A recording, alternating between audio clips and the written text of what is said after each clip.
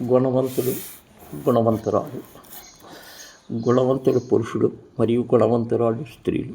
అత్యుత్తమ ప్రవర్తన, మించి శీలము, నిగ్రహము మరియు ఇతరుల పట్ల గౌరవము కలిగి ఉంటారు. వీరు సత్యం పలకటం, పెద్దలను గౌరవించటం, నిస్వార్థంతో సాయం చేయటం మరియు ఓర్పు, సహనము వంటి సద్గుణాలు కలిగి సమాజంలో ఆదర్శంగా నిలుస్తారు. ధనవంతులు, గుణవంతులు ఉంటారు.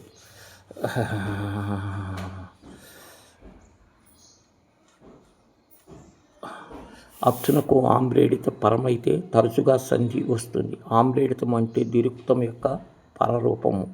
మనిషి గుణవంతులని ఎలా అనిపించుకుంటాడు? విదురు నీతుల్లో దీనికి సమాధానం ఉంది. పురుషుడు 2 తెరుగుల ధరకన్నుతుడ్డ బురుగు తానైతే. భాస్కర శతకంలో పద్యాల్లో కవి మారవి వెంకయ్య ఎలా జీవించాలో, ఎలా ప్రవర్తించాలో, ఎలా సాధారణ వాక్యాలు వివరించాడు.